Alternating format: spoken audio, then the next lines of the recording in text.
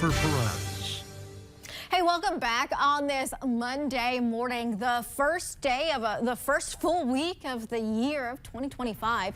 It is not super active this morning. A little gusty out there, though, with a northerly wind. So today's going to be kind of gusty and chilly. There might be some spotty snow, no big snows or anything like that. We will start to see some lake effect snow get reinvigorated for Tuesday and Wednesday, but we're not expecting a lot of accumulations during those days. As far as the end of the week, we do start to see a pattern shift that brings in more milder air.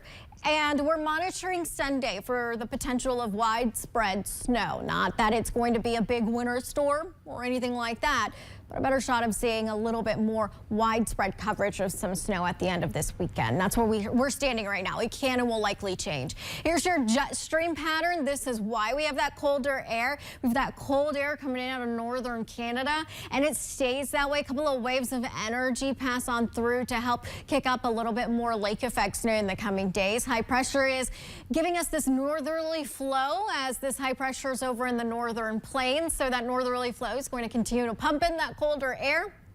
And at this moment, still seeing some very light spotty lake effect snow showers, portions of Marquette, northern Dickinson County, and even across the western counties of the UP for Yupik and Ontonagon counties. Also, we've had some observations of some very light snow. That colder air is going to result in wind chill readings throughout the day in the single numbers, even though our high temperatures will be generally in the lower 20s today. Wind flow out of the north, as I mentioned, gusts will have ranges of 20 to near 30 miles per hour, for the most part around 25 to 28 mile per hour wind gusts.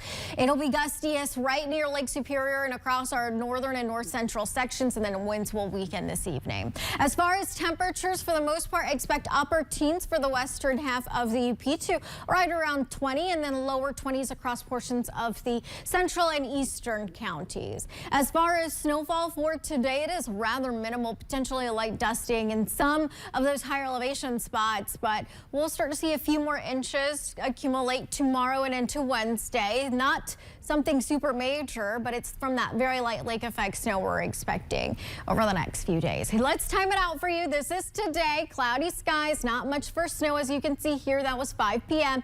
This is tomorrow around midday when the lake effect snow starts to increase along our northerly wind belts, mainly impacting Luce County near Lake Superior all the way over to the west over in Yupik County. Basically the northern half of the UP. We'll still have some light lake effect snow for Wednesday morning, and then it starts to taper off with our winds starting to change. Thursday's a little bit more variable. We're expecting dry conditions on Thursday as the pattern starts to change. We have some milder air that moves in for the end of this week, extending into the weekend as temperatures get back into the upper 20s. Coming up in sports, we're staying in the NFC North as Keegan Cooper brings you the highlights of Green Bay.